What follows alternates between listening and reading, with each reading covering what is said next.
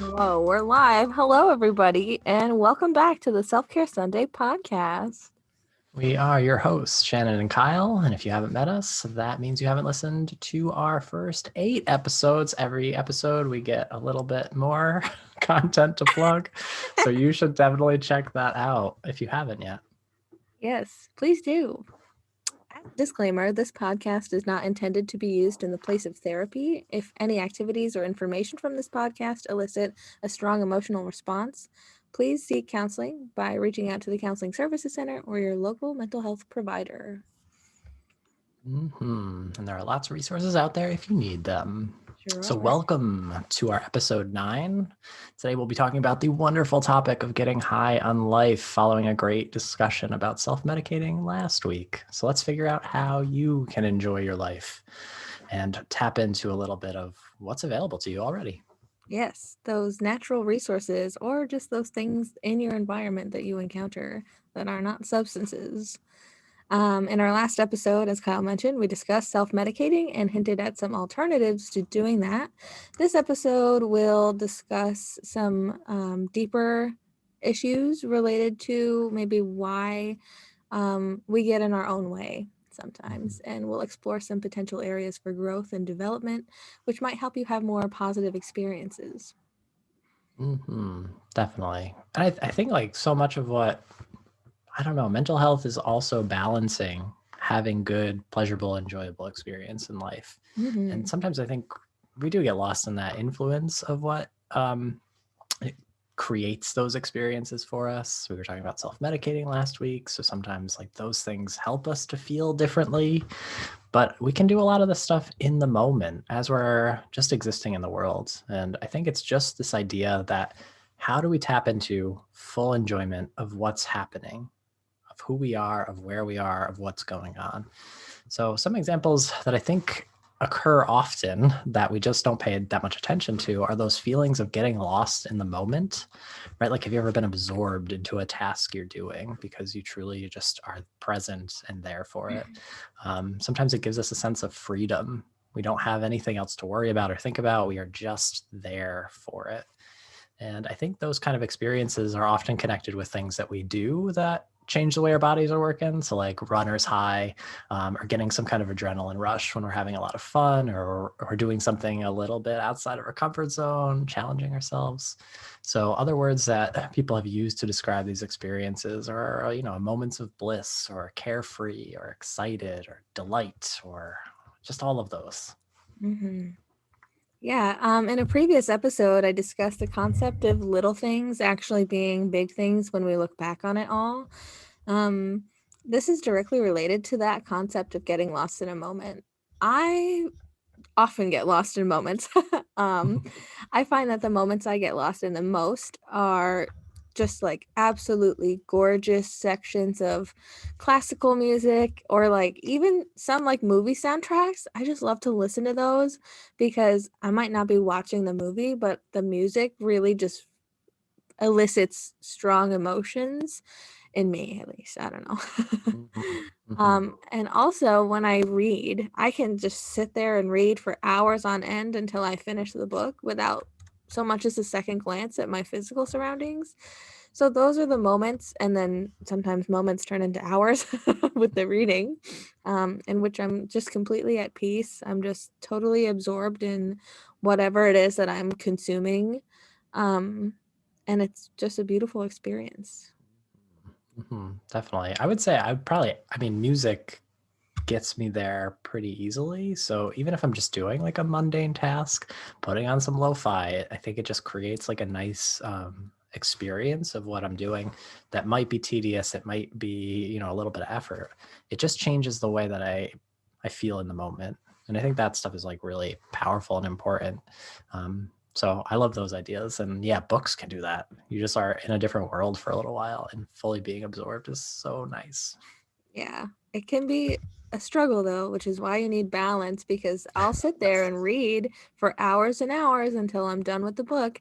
And then as soon as I'm done, I'm like thrust back into my reality, and I'm like, wait a minute. Where's the castle? Is it still on fire? Where am I? Right. It can be easy to get really lost in the moment. So Yeah. Yep. stay grounded in reality.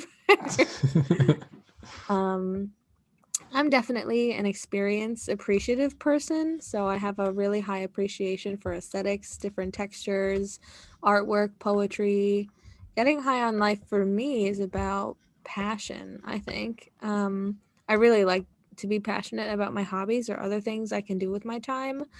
Um, I have hobbies that I go back to all the time. I do try new things, but if I'm not passionate about it and it's just not like super enjoyable, then I know that's not really for me. Um, an example, I've tried to do origami before over the years, and recently an RA had a program where they had like people follow origami tutorials, and I was trying to follow these tutorials, and I was so into it, and I was like, wow, all these folds are cool, and I like was perfect halfway through every video, and then as soon as they start doing stuff and like trying to move things, I'm like, nope, you lost me, I'm done. I'm rolling it up, throwing it out. This was terrible. So Mm. I know for sure origami is not for me. So, that's not a hobby I'm going to take on. But the things I'm passionate about, like painting or even embroidery, I've been getting into that a lot lately. I like to be passionate about the things that I can do with my time so that I can be fully invested in the experience. The origami example, I already knew that I wasn't good at origami. So the whole time I was kind of dreading the moment when it transitioned from me making all these cool folds to then just giving up. So I kind of knew that I wasn't going to do it well. I tried. So there's that. I tried. That's all you could do. It is an experiment though, right? Like you got to figure out what gets you to the right place for you, what's going to be that full presence, and what's going to be more stressful or anxiety inducing. Yeah. So I think it was good for me to like try it again because I tried different things. And that I knew it was out of my comfort zone, which was like important for me to do. And I didn't get super stressed about it. I was just like, I knew this would happen. It's okay. So it was a good exercise for me because I was like, it's all right. I'm good. I just can't do it. That's fine. So why is it important to get high on life? Well, if everything you did was boring and mundane, what would be the point?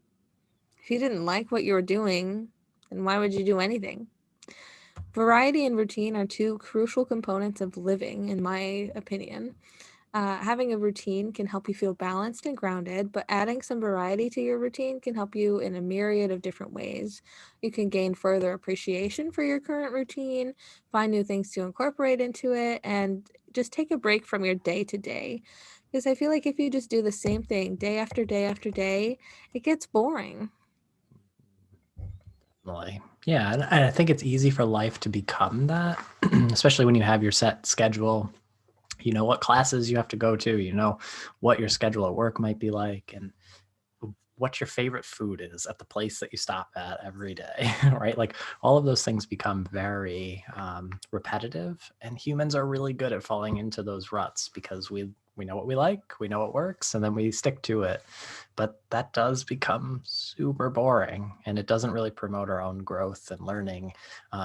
After, if we shut down other options in our life. So I think that's like a really good point when we're talking about this. And I love that you kind of included balance in it too, because this can mean different things for different people, right? Like if I'm a rigid person who falls into my set structure, maybe having more spontaneous choices in my life, choosing something that I wouldn't normally choose if I go to get some food somewhere, or walking a different path around my block than I would normally take. Like just trying those little moments of being a little more spontaneous, going with what you feel, going with something that you wouldn't normally think of immediately, push outside that comfort zone. And then on the flip side of that too, I think it's interesting when people they're used to being spontaneous. They're more spontaneous in their own lives and they like to live that way. What is it like when you sit down to organize something and plan something all the way through? Because maybe that's the challenge that helps promote some growth or enjoy things or see things a little bit differently. Because I think that can bring a different type of joy to people. And like you said before, it doesn't mean that we're all going to do all the things and feel good about all the things, but it's just experimenting to see, all right, what else is there in life? What else can I try to see what can make life exciting? Yeah, I feel like there's no harm in trying. Like, the worst thing that could happen is that you learn something about yourself. Right. Exactly. And I don't know why I thought of this. Well, I thought of two things while you were speaking. One, I thought of Kyle on the street because he talked about like a new place on your block to walk. I think next year, if we do this podcast, we want to do a Kyle on the street portion. That would be hysterical. I think that would be funny. But that's just a sidebar. Another thing that I thought of was even just like you were talking about humans falling into those ruts of like repetitive behavior. Something I was thinking of lately, I don't really. Oh, so I went to the Bluffs. Have you ever been to the Bluffs? Mm-hmm. Yeah, I love it there. You know the guardrail that they had that people always have to hop over to get to the Bluffs? Yep. I don't know if you've been there recently, but they cut it. So now it's just like an opening so people can just walk up the hill to get to the Bluffs. And it was just interesting to me because that guardrail has been like bent in one spot because every human that goes there, or almost every human, would get up onto the pathway the same way, and over time created a bend in this like metal guardrail. So funny. Isn't that interesting?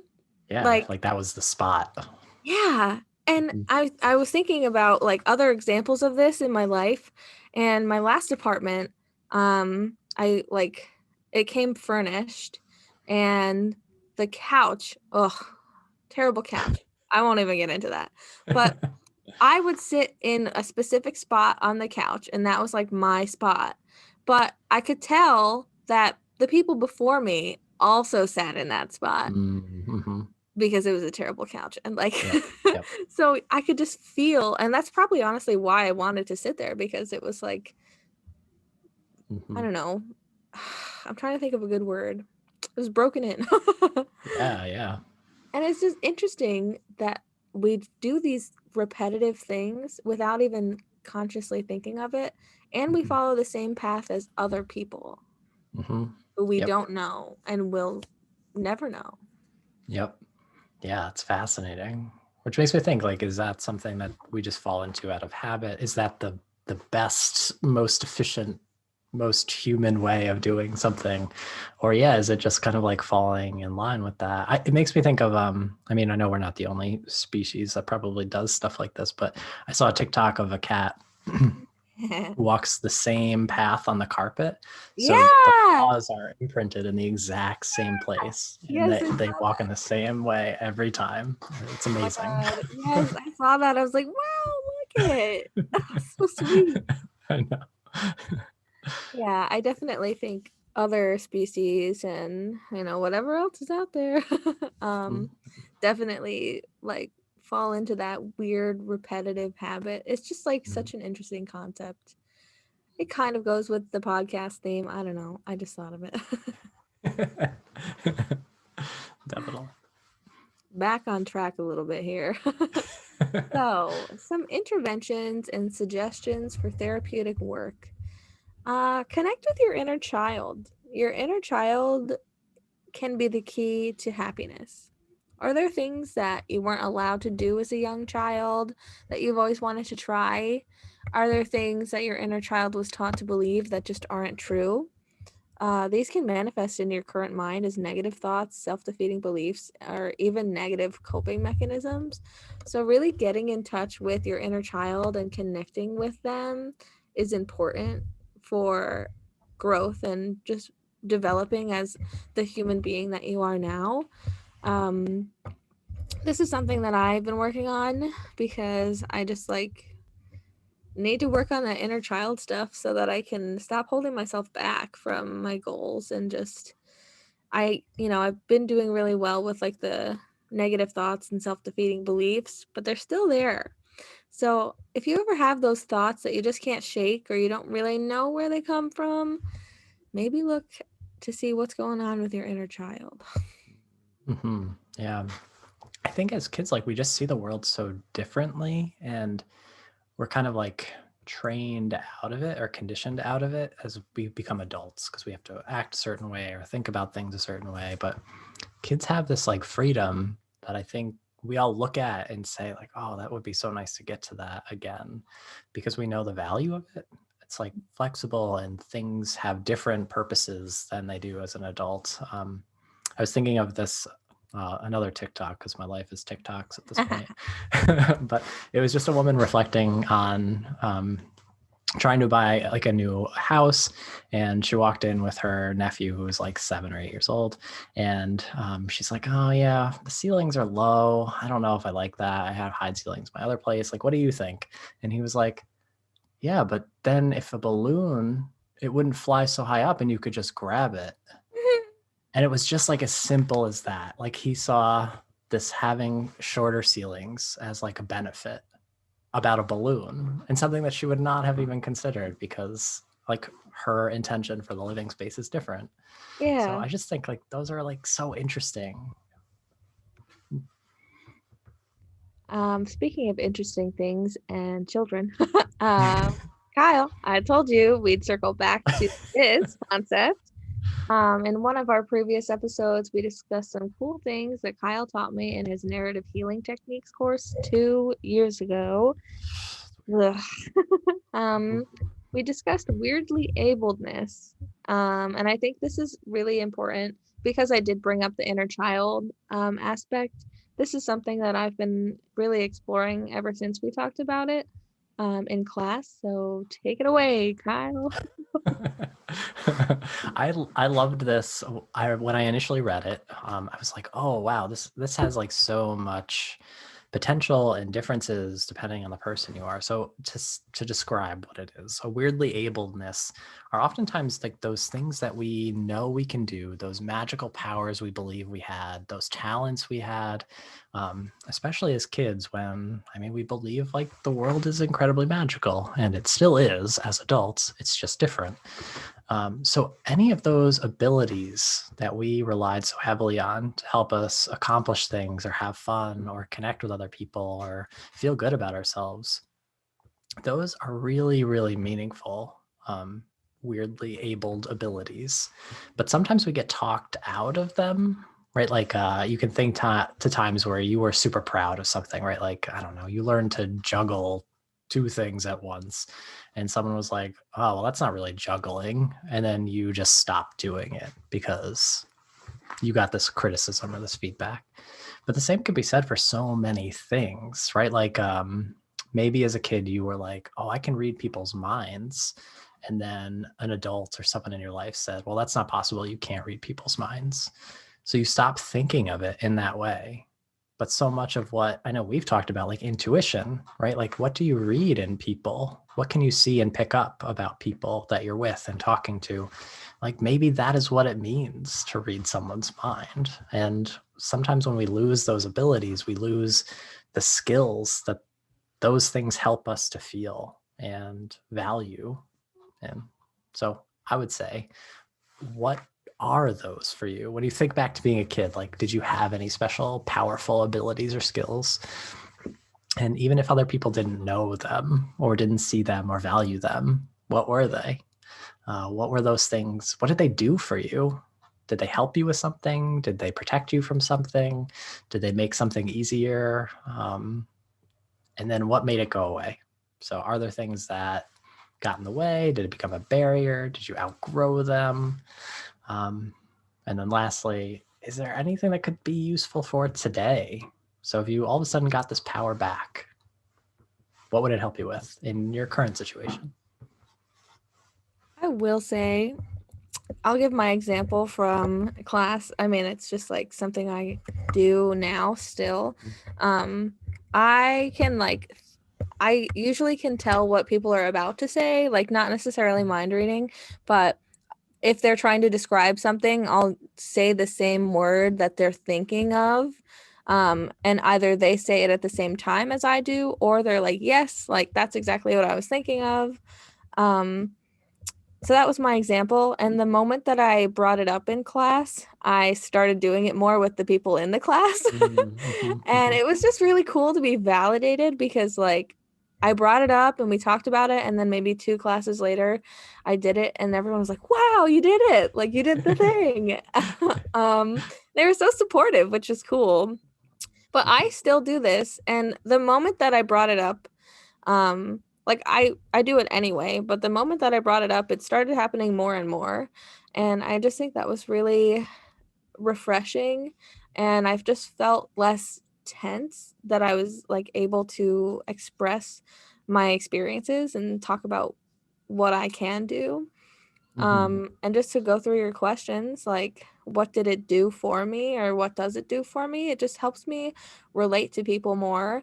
And it helps me, especially when I work with clients. I have a lot of those moments where we're in session together and I'll say what they're thinking, or I'll say like the words they're trying to use, but they can't think of. And it helps me build rapport with them, and it helps me just like make connections with others, which is really nice. Definitely. Yeah, and it's so cool to see that like in action come back to you. And I remember like those moments in class were so cool just to kind of see it called attention to and then happen kind of naturally. So that was really cool. I would say like mine has always been, I feel like I have always had this like ninja kind of sneaky observer ability. That a lot of people like don't understand at first, right? Like I remember going through school and people would assume I was like a selective mute. I wouldn't talk to anybody or I wouldn't say anything. Or I just wouldn't participate in conversations. But so much of what I do is listen and observe and just kind of pay attention. And I think for the people around me, like that was something that was like strange or something that they didn't understand. But it is, I mean, crafted me into becoming like a counselor and being able to listen and observe and sit with people as they're going through things and just be curious about the world. So I think that has always been an ability, even if it wasn't valued by other people in our typically extroverted, seeking valued world around us. So it did a lot for me. It made me connect with people in different ways. It made me attentive to details, and it helped me to then create a whole path in the world for myself. So incredibly useful to this day, right now. So figure out what your weirdly ableness is or was, and embrace it, you know, even if other people still think it's a little weird, like go for it. The people who appreciate you and who value you and like belong in your life won't judge you for something that's not harmful to you. Definitely. Yep. Embrace those things. Embrace it. And you mentioned intuition, so we're gonna head into our do's and do nots. We haven't done these in a while, so I wanted to bring them back. Bring Bring them back now, y'all. Oh, it's fun. I'm good. So do trust your intuition. If you think something is wrong, maybe it is. If you feel like, you know, there's an opportunity that you're presented with and you don't really want to take that chance and you just have this gut feeling that it's not going to work out, you can trust that, but do not mistake your anxiety for intuition. Sometimes we get in our own way, and it's difficult to tell if we should avoid something or our minds want us to avoid it. So, work on finding the balance between intuition and anxiety, as well as getting out of your comfort zone. I just think it can be difficult to discern anxiety from intuition for sure. I've had difficulties with that before, but the more you listen to your gut feeling, the more familiar you will become with it. Some good ways to maybe discern between the two are to do like a body scan when you're feeling anxious. Do a body scan. Where do you feel this anxiety? How is it manifesting for you physically, emotionally? And then when you have like an intuitive feeling, do a different body scan and see if it has like maybe a different kind of energy or it just feels different. It's a practice, but definitely try that out. Definitely learn to trust like what you feel and make sense of it a little bit differently. Yeah. Do try new things. You never know if you'll enjoy that show or find a new place to spend time if you don't try. The worst thing that can happen is you don't like it. At least you can say that you tried. Like I said earlier, the worst thing that can happen after you try something is you learn something about yourself. Either you like it or you don't like it. I used to be really picky with food. I can still be sort of picky, but I have tried so many new foods, new cuisines, and part of that was my experience living in an international building for 2 years. So I'm very thankful for that experience because I've experienced so many different recipes from around the world that I now love and have learned how to make myself. So try new things. Don't just sit back and say, no, I don't like it. If you don't know you don't like it, then do you really not like it? Right. Yes. Try out those expanding those boundaries a little bit. Yeah. Expand those boundaries. Do not stick to your usual routine. Shaking things up is a great way to find new things to incorporate into your routine. If you find something new, great. If you don't, then you know that your routine is solid and it's working for you. I have a specific place that I like to go hiking. So when I first found this spot, I always took one trail, which led to another, and then to another until I was back at the beginning. So one day I decided to go the opposite way, and now I always go that way because it's so much better than what I was doing initially. Gotta love it. Like those little change ups. You never know what they're going to bring you. Yeah. Definitely. Yeah.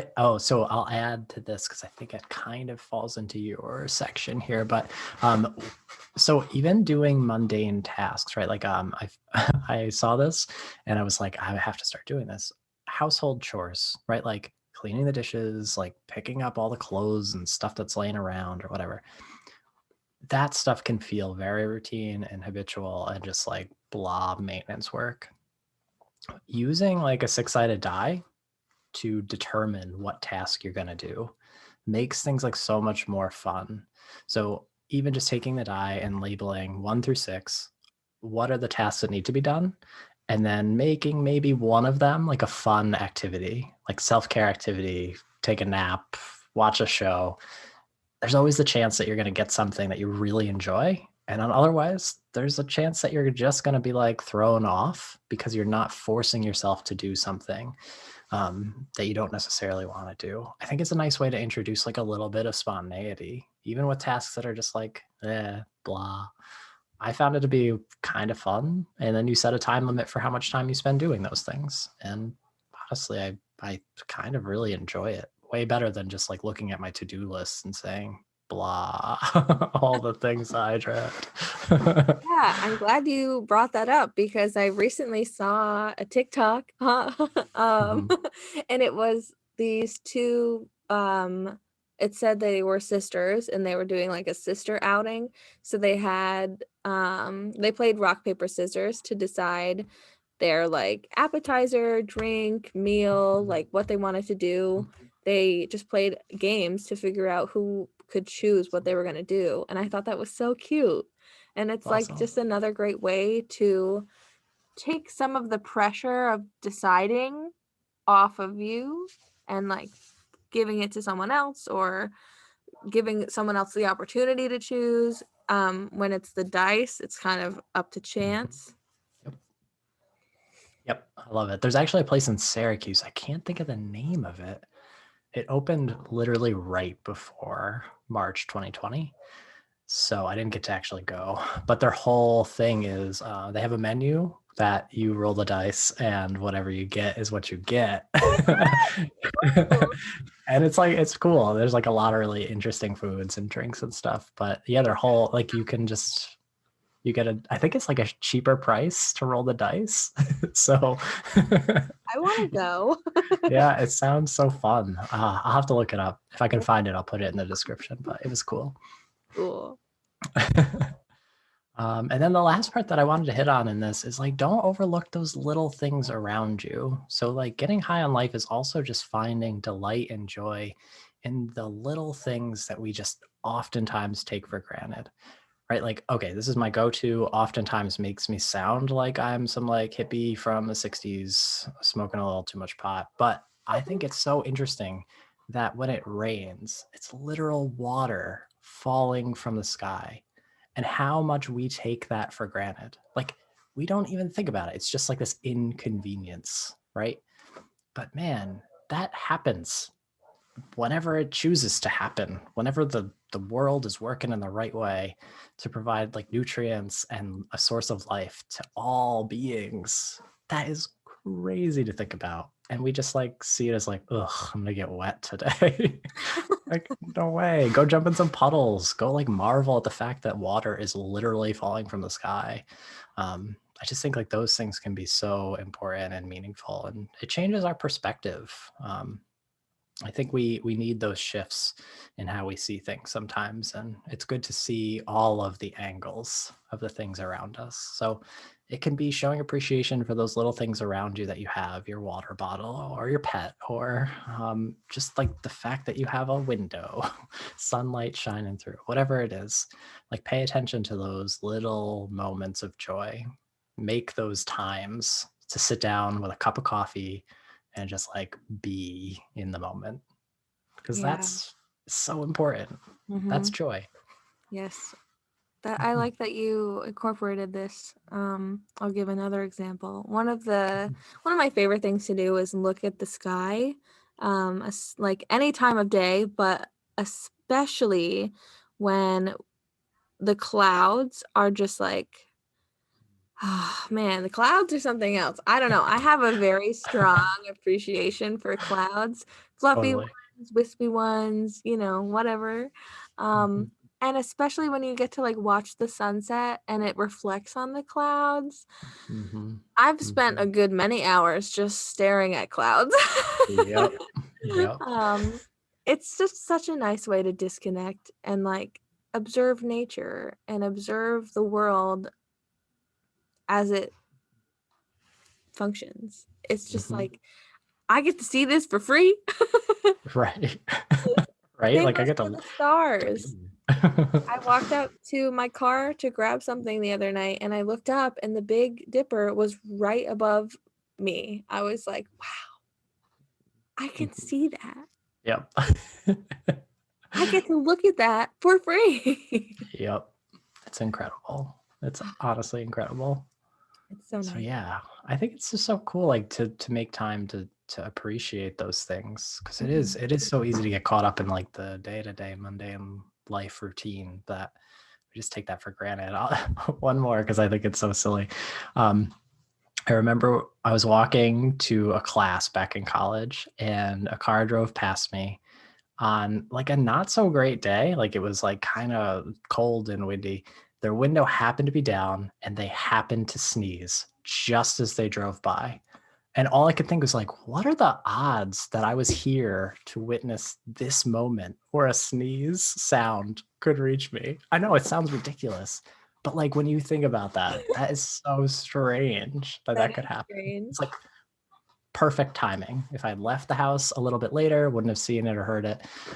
And if they'd chosen to keep their window up instead of down, I don't know. Just like the odds of things happening. I love that stuff. I think it's so fascinating. And other people will be like, what the hell are you talking about? But love it. No, I it love is it. an interesting concept to think about. It's like I think about that often. Like if I had left later or earlier, like maybe I wouldn't have experienced this.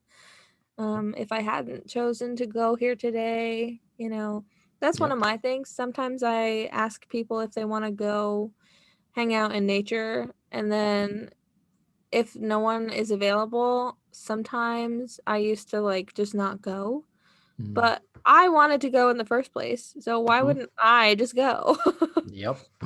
So I Yep. stopped doing that because I was getting in my own way. Mhm. And I've seen some really amazing things by myself. I've seen so many cool things by myself that I can't ever share with anyone else. Like I could tell someone about it, but I cannot share those experiences with other people. And that's just for me. Yep. So I really like to collect those experiences. Definitely. Even maybe experiences that I have and people were with me, like it's still my experience. A really cool experience I had once was I was at Disney World for a band trip, and I was with four of my friends, yeah. And we were going on Space Mountain. Have you ever been there? Oh yeah. Oh yeah. So I got in the first car of the roller coaster thing, like this, the rocket, and it goes by the line of people like all waiting to go. And I don't know why. I was a weirdo in high school. I'm still weird now. But as the like roller coaster went by all the people in line, I stuck my arm out and pointed at everyone. And I was like, "Are you Squidward?" And everyone was like, "Yeah." That's amazing. And that's like a real genuine experience. Like Yes. I didn't make it up. I had that experience and it was so fun. Oh, that sounds And then we went on Space hysterical. Mountain like 5 more times. That's awesome. I love that you just like went with it. You were like, I'm gonna do this. Yeah. Damn. I had been doing it like there's this thing called the People Mover there. I don't know if it's still there. I haven't been in so many years. But it like you get in a little car and it just like drives you around like above people. So we would just like yell like, "Hey, are you Squidward?" Squidward. And the guy who was running the ride, his name was Patrick. Oh man, perfect. But yeah, just like little experiences like that. My friends were there, they saw it happen, they laughed with me, they were like, they all had a really good time, but it was like my experience. Definitely, I love it. Just a little walk down memory lane there. Anyway, all right, so we're gonna wrap it up here with some quotes as per usual. I have 2 quotes. The first one is, "Your comfort zone is your jail cell." It goes with the theme of today's podcast. It really is your jail cell. Get out of there. Yep. Go on, get. My second quote is, "We don't stop playing because we grow old. We grow old because we stop playing." By George Bernard Shaw. That I really liked that one. Because I even just think about like my own experiences. Like I matured so quickly because I like took myself way too seriously as a young child. As a result of my experiences in childhood, I just like matured really fast and I never really felt like a kid. So I mentally got older, and now that I am older, I'm not like old, but I'm older. I really want to go back in time and just like allow myself to be a child. So there, it's not too late. It's never too late. We can always continue to play. It's encouraged. Yes, highly. My quote is, "I don't try to understand everything in nature. I just look at it and enjoy it." By good old Bob Ross, my painting inspiration. But yeah, I think we don't have to necessarily understand things or always have to plan things out. We can just enjoy and embrace the moment that we're in. And sometimes there's just amazing things that happen around us that we just have to pay attention to that'll make our life feel different. Yes. So notice things. Well, that's all we've got for you. That's it. Go collect some moments. I think that's good homework. You all should have some homework that's fun. So that is it. Go collect your moments. Yay. We have one more podcast episode, and then it will be over for this academic year. So tune in next time for our final episode of this season. we're going to talk about prepping for the summer. Yeah, you can go enjoy your summers in wonderful peace. Collecting moments as you go. Yes, go do that. We'll see you next time. Bye. Bye.